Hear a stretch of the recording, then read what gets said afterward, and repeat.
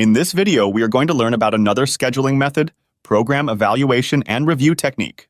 Program evaluation and review technique, or PERT, is a project scheduling technique that uses network diagrams and probability analysis to plan and schedule project activities.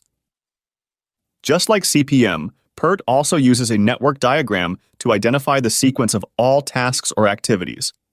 However, PERT is preferred over CPM when the tasks or activities of a project have high uncertainty and variability. In CPM, we have only a one-time estimate for each activity. Having only a one-time estimate is suitable for projects with stability and less uncertainty.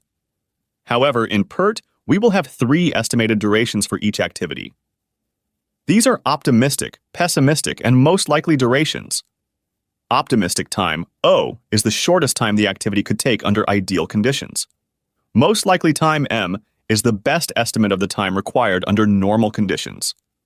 Pessimistic time, P, is the longest time the activity could take under adverse conditions.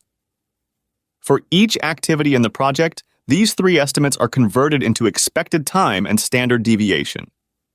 Now we will discuss the expected time. Using 3 estimates of duration, we will calculate the expected time for each activity of a project using the following formula.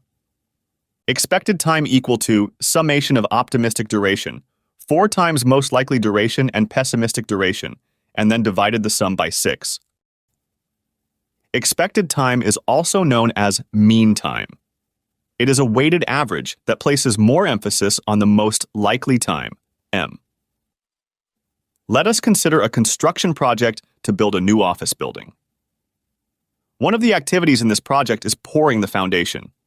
The project manager collects estimates from the team. Optimistic time is 10 days, most likely time is 15 days, and pessimistic time is 20 days. Using the formula, the project manager calculates the expected time. Expected time equals sum of 10, 4 times 15, and 20, and then divide the total by 6. So the expected time to pour the foundation is 15 days. With this information, the project manager can plan the construction schedule accordingly, allocate resources, and set realistic expectations for the client or other stakeholders. Additionally, as there are other activities dependent on the foundation being poured, the expected time helps in determining the critical path and overall project timeline.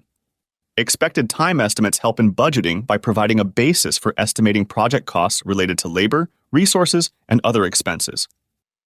Overall, the expected time calculation in PERT is a valuable tool for project scheduling, which helps to ensure projects are completed on time and within budget. Now we will learn about standard deviation. In PERT, along with the estimated time, the standard deviation of each project activity can be calculated using the formula. Standard deviation equals pessimistic time minus optimistic time, then divide by 6. This formula represents the variability or uncertainty associated with each activity. It provides a measure of how much the task duration might deviate from the expected time estimate. Using the example of pouring the foundation from before, standard deviation equal to 20 minus 10, then divided by 6. So, the standard deviation for pouring the foundation task is approximately 1.67 days. The standard deviation indicates that the actual duration of pouring the foundation task may vary from the expected duration. It provides a measure of the variability or uncertainty associated with task or activity durations. A higher standard deviation indicates greater variability, implying higher risk. Project managers can use this information to identify activities with higher uncertainty and focus on mitigating potential risks associated with those activities. Once we have found the expected time and standard deviation, we can calculate minimum time and maximum time.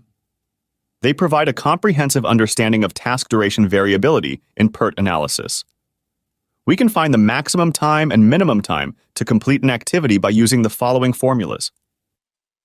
Maximum time equal to expected time plus 3 times standard deviation, and minimum time equal to expected time subtract 3 times standard deviation.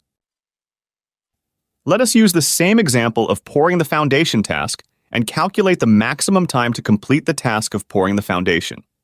Maximum time equals 15 days plus 3 multiplied by 1.67 days. So the maximum time for pouring the foundation task is approximately 20.01 days. Again, let us use the same example of pouring the foundation task and calculate the minimum time to complete the task of pouring the foundation. Minimum time equals 15 days minus 3 multiplied by 1.67 days. So, the minimum time for pouring the foundation task is approximately 9.99 days. Minimum time and maximum time calculations provide a range within which the actual duration of each project activity or task is expected to fall. Therefore, completing the foundation pouring task will probably take between 9.99 days and 20.01 days. The maximum time and minimum time provide upper and lower bounds for the expected duration of each task. This helps project managers identify and assess risks associated with task completion. Tasks with wider ranges between their maximum and minimum times may pose higher risks to the project timeline and budget. Project managers can also allocate resources based on the expected minimum and maximum duration of different tasks. They can adjust resource availability to accommodate potential variations in task durations within their respective ranges.